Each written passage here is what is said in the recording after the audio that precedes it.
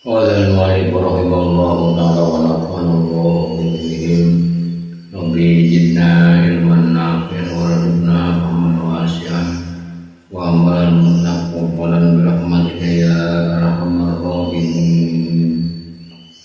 Ketahuilah kita disuruh menyebarkan salam, akan tetapi hal itu dituntut pada beberapa keadaan. Dilonggarkan dalam keadaan tertentu dan dilarang dalam sebagian lain. Di antaranya adalah jika yang diberi salam sedang kencing, bersetubuh, orang yang tidur, mengantuk, orang yang sedang bersembahyang, orang yang menyerukan azan atau iqamah, orang yang sedang berada di kamar mandi, atau seseorang yang sedang makan dan makanannya masih ada di mulut, maka tidak disukai memberi salam kepadanya. Seandainya memberi salam tidak perlu dijawab. Jika seseorang sedang makan dan makanannya tidak terdapat di mulut, maka dibolehkan memberi salam dan wajib dijawab. Demikian pula dalam keadaan jual beli dan perbuatan-perbuatan lain, boleh memberi salam dan wajib dijawab. Adapun salam dalam khutbah Jumat, maka sahabat-sahabat Imam Nawawi berpendapat tidak disukai memberi salam karena para hadirin disuruh diam untuk mendengarkan khutbah. Apabila menyalahi, apakah dijawab salam? Terdapat perselisihan mengenai hal ini. Ada yang mengatakan tidak dijawab salamnya karena kecerobohan. Yang lain berpendapat jika kita katakan bahwa diam itu wajib, maka tidak boleh dijawab. Jika kita katakan diam itu sunnah, maka salah seorang dari hadirin menjawab, tidak perlu menjawab lebih dari seorang pada masing-masing keadaan itu. Adapun salam kepada orang yang sedang membaca Al-Quran, maka Al-Wahidi mengatakan yang lebih utama adalah tidak memberi salam kepadanya karena kesibukannya dalam membaca. Apabila memberi salam kepadanya, cukuplah menjawab dengan isyarat. Jika menjawab dengan lafaz, ia pun memulai isti'adzah atau mohon perlindungan, kemudian kembali membaca. Pendapat Al-Wahidi ini perlu ditinjau. Yang benar adalah memberi salam kepadanya dan wajib menjawabnya dengan lafaz. Jika ia sibuk berdoa dengan khusyuk, maka terdapat kemungkinan bahwa ia dianggap orang yang sibuk membaca. Karena itu tidak disukai memberi salam kepadanya, karena ia akan terganggu. Tidak disukai memberi salam kepada orang yang sedang mengucapkan talbiyah dalam keadaan ihram, karena makruh memutus talbiyah. Apabila memberi salam haruslah dijawab dengan lafaz.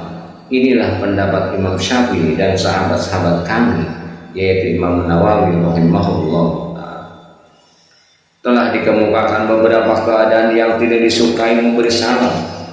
Telah disebutkan pula bahwa ia tidak perlu dijawab. Timbul pertanyaan, apabila yang diberi salam hendak membalas, apakah diharuskan atau dianjurkan? Dalam hal ini terdapat beberapa perincian. 1. Untuk orang yang sedang kencing dan semacamnya, maka tidak disukai menjawab salam. Hal ini telah dikemukakan pada bagian awal. 2. Untuk orang yang sedang makan dan semacamnya, dianjurkan atau tidak wajib menjawab.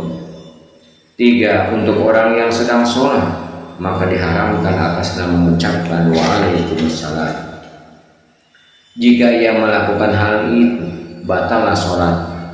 Bila ia mengetahui pengharaman, jika tidak tahu, tidaklah batal berdasarkan pengharaman, berdasarkan pendapat yang lebih sahih. Jika ia mengatakan alaihi salam, tidaklah batal sholat, karena ia adalah doa, bukan percakapan langsung. Yang dianjurkan adalah membalas salamnya dengan isyarat. Jika dijawab dengan lafaz sesudah sholat, dibolehkan. Tidaklah dihukum makruh bagi muazin untuk membalas dengan lafaz yang biasa, karena hal itu mudah dan tidak membatalkan azan. Ketahuilah bagi orang muslim yang tidak mencolok kefasikannya dan tidak tersohor dengan perbuatan bid'ah, bolehlah dia memberi salam dan diberi salam. Disunahkan kepadanya memberi salam dan wajib baginya menjawab salam. Sahabat-sahabat Imam Nawawi berkata, perempuan bersama perempuan seperti lelaki bersama lelaki. Tentang perempuan bersama lelaki, Al-Mutawali berpendapat, jika perempuan itu adalah istrinya, budak perempuannya atau salah seorang mahramnya, maka ia bersamanya seperti orang lelaki. Dianjurkan salah satu dari keduanya memulai salam dan wajib atas yang lain membalas salam. Apabila perempuan itu bukan mahramnya dan ia seorang yang cantik, yang ditakutkan bisa menimbulkan fitnah, maka orang laki-laki tidak boleh memberi salam kepadanya. Jika ia memberi salam, tidak boleh perempuan itu menjawabnya, dan perempuan itu sendiri tidak boleh memberi salam kepadanya. Apabila perempuan itu memberi salam, tidak perlu dijawab. Bila dijawab dihukumi makruh bagi. Jika perempuan itu sudah tua dan tidak bisa menimbulkan fitnah, bolehlah ia memberi salam kepada orang laki-laki. Wajib atas orang laki-laki untuk menjawab salam. Jika perempuan-perempuan berkumpul dalam suatu kelompok, maka orang laki-laki boleh memberi salam kepada mereka, atau orang-orang lelaki dalam suatu kelompok memberi salam kepada seorang perempuan, maka hal itu dibolehkan apabila tidak ditakutkan timbulnya fitnah bagi kedua belahnya. Diriwayatkan dalam Sunan Abu Daud, Tirmizi, Ibnu Majah dan lainnya dari Asma binti Yazid radhiyallahu anha yang berkata, Rasulullah SAW lewat di depan kami, kelompok orang-orang perempuan, lalu beliau memberi salam kepada kami. Lafaz riwayat Abu Daud ini digolongkan oleh Tirmizi sebagai hadis hasan. Adapun riwayat Tirmizi adalah Rasulullah SAW lewat di masjid saat itu, sekelompok orang perempuan sedang duduk, maka beliau memberi salam dengan tangan. Diriwayatkan dalam kitab Ibnu Sunni dari Jabir bin Abdullah radhiyallahu anhu bahwa Rasulullah SAW melewati sekelompok orang perempuan, lalu memberi salam kepada mereka. Sa'al bin Sa'ad radhiyallahu anhu berkata, ada seorang perempuan tua yang sedang memasak dan menggiling biji-biji syani. Apabila kami selesai sholat Jumat, pergilah kami memberi salam kepadanya, lalu ia menghidangkan makanan buat kami. Hadis riwayat Bukhari. Diriwayatkan dalam Sahih Muslim dari Ummu Hani binti Abu Thalib radhiyallahu anhu, ia berkata, aku mendatangi Nabi SAW pada hari penaklukan kota Mekah. Beliau sedang mandi dan Fatimah menutupinya, maka aku memberi salam. Mengenai ahli jimmah, yaitu orang kafir yang berada dalam naungan pemerintahan Islam, sahabat-sahabat Imam Nawawi berselisih pendapat mengenai mereka. Sebagian besar memutuskan tidak boleh memulai salam kepada mereka. Ulama yang lain berpendapat perbuatan itu tidak haram, melainkan makruh. Jika mereka memberi salam kepada seorang muslim, maka dijawab dengan wa'alaikum, tidak lebih dari itu. Imam Mawardi menyebutkan suatu pendapat dari salah seorang sahabat Imam Nawawi bahwasanya dibolehkan memberi salam kepada mereka. Akan tetapi cukuplah orang muslim mengatakan Assalamualaikum dan tidak mengucapkannya dengan lafaz jama' Assalamualaikum. Al-Mawardi menyebutkan suatu pendapat bahwa apabila mereka memulai salam, dijawab dengan waalaikumsalam, akan tetapi tidak mengucapkan warahmatullah. Kedua pendapat ini adalah ganjil dan tertolak. Diriwayatkan dalam Sahih Muslim dari Abu Hurairah radhiyallahu anhu bahwa Rasulullah SAW bersabda, la tabdaul yahuda walan nasara bisalam fa idza laqitum mahadum fi tariqin fantarruhu ila aliyati. Janganlah kamu memberi salam kepada orang Yahudi dan Nasrani. Apabila kamu bertemu seseorang dari mereka di jalan, maka desaklah ia ke bagian jalan yang tersempit. Diriwayatkan dalam Sahih Bukhari dan Muslim dari Anas radhiyallahu anhu bahwa Rasulullah SAW bersabda, "Idza sallama alaikum ahlul kitab faqulu wa alaikum." Jika ahli kitab memberi salam kepadamu, mengucapkanlah wa alaikum dan atas. Melalui Ibnu Umar radhiyallahu anhu, Bukhari juga meriwayatkan sabda Rasulullah sallallahu alaihi wasallam, "Idza sallama alaikumul yahud fa inna ma yaqulu ahaduhumus salam alaikum faqul wa alaikum." Jika orang Yahudi memberi salam kepadamu, maka sesungguhnya ia mengucapkan assalamualaikum, semoga engkau maaf. Assalamu alayya, semoga engkau maaf. Maka ucapkanlah dan semoga engkau juga. Al-Mutawali berkata, andai kata memberi salam kepada seseorang yang dikira orang muslim, kemudian ternyata dia seorang kafir, maka dianjurkan mencabut kembali salam, lalu berkata kepadanya, kembalikan salam. Tujuan dari perbuatan itu adalah untuk meresahkannya dan menampakkannya kepada bahwa di antara keduanya tidak terdapat kasih sayang. Diriwayatkan bahwa Ibnu Umar radhiyallahu anhu memberi salam kepada seorang lelaki, kemudian diberitahukan kepada bahwa ia seorang Yahudi. Maka Ibnu Umar mengikutinya dan berkata kepadanya, kembalikanlah salam. Imam Malik radhiyallahu anhu pernah ditanya tentang orang muslim yang memberi salam kepada Yahudi dan Nasrani, apakah ia harus menarik kembali salam itu? Beliau menjawab tidak. Maka ini mazhabnya. Demikianlah pendapat Ibnu Al-Arabi Al-Maliki. Abu Daud berkata, andai kata seseorang hendak memberi penghormatan kepada orang jimmi, maka dilakukan tanpa salam, melainkan dengan ucapan, semoga Allah memberi petunjuk kepadamu, atau semoga Allah memberi kenikmatan kepadamu di waktu pagi, atau selamat pagi.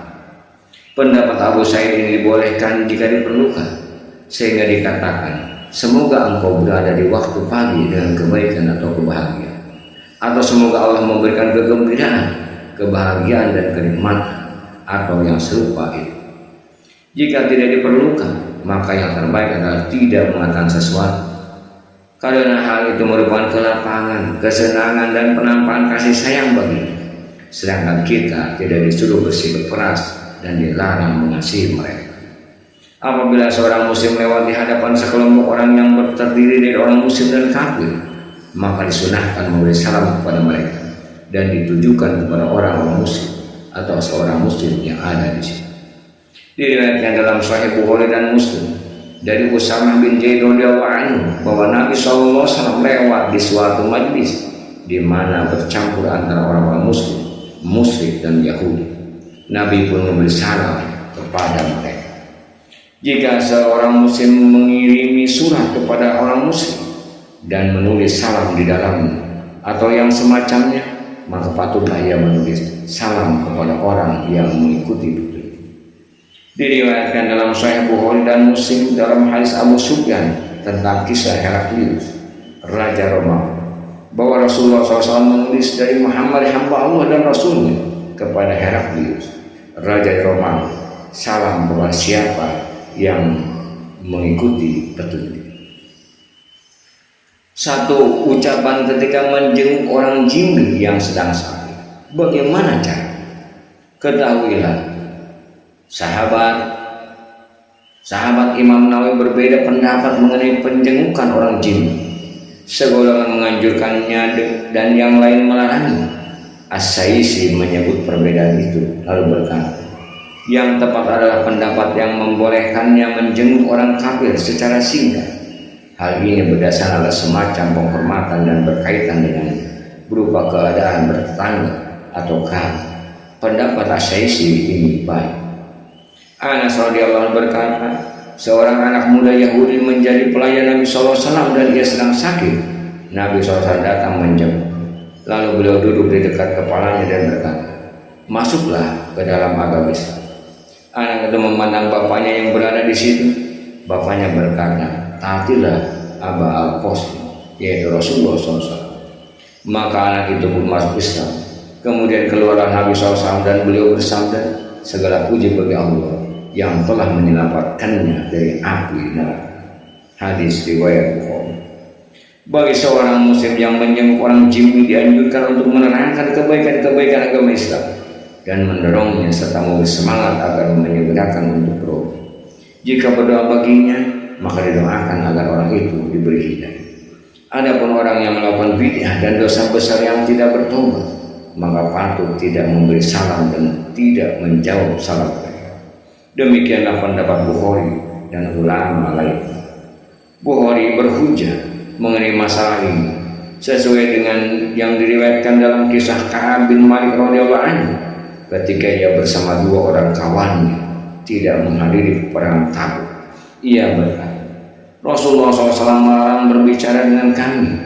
Ia berkata, aku mendatangi Rasulullah SAW lalu memberi salam kepadanya. Aku pun bertanya, apakah Rasulullah SAW menggerakkan kedua bibirnya dengan menjawab salam atau tidak? Abdullah bin Amr berkata, jangan kamu memberi salam kepada peminum khamr. Menurut Imam Nawawi, jika terpaksa memberi salam kepada orang-orang jahat dengan berkunjung kepada mereka dan khawatir timbulnya kerusakan dalam agamanya, dunianya atau lainnya, karena tidak memberi salam, maka ia harus memberi salam kepada mereka. Ibnu Arabi berkata, para ulama berpendapat orang jahat diberi salam dan diniatkan bahwa assalam adalah salah satu nama Allah. Maknanya ialah Allah mengawasi kamu. Adapun untuk anak-anak kecil, maka disunahkan memberi salam kepada mereka. Dalam Sahih Bukhari dan Muslim disebutkan bahwa Anas radhiyallahu anhu lewat di hadapan anak-anak kecil lalu memberi salam kepada mereka. Anas radhiyallahu anhu adalah Nabi sallallahu alaihi wasallam melakukan. Muslim juga meriwayatkan dari Anas radhiyallahu anhu bahwa Rasulullah sallallahu alaihi wasallam lewat di hadapan anak-anak kecil lalu memberi salam kepadanya. Dengan isnad Sahih Abu Daud dan lainnya meriwayatkan dari Anas radhiyallahu anhu bahwa Nabi sallallahu alaihi wasallam lewat di hadapan anak-anak kecil yang sedang bermain lalu beliau memberi salam kepada mereka. Diriwayatkan dalam kitab Ibnu Sunni dan lainnya yang menyebutkan bahwa Nabi SAW mengucapkan Assalamualaikum hei anak. Wallahu a'lam.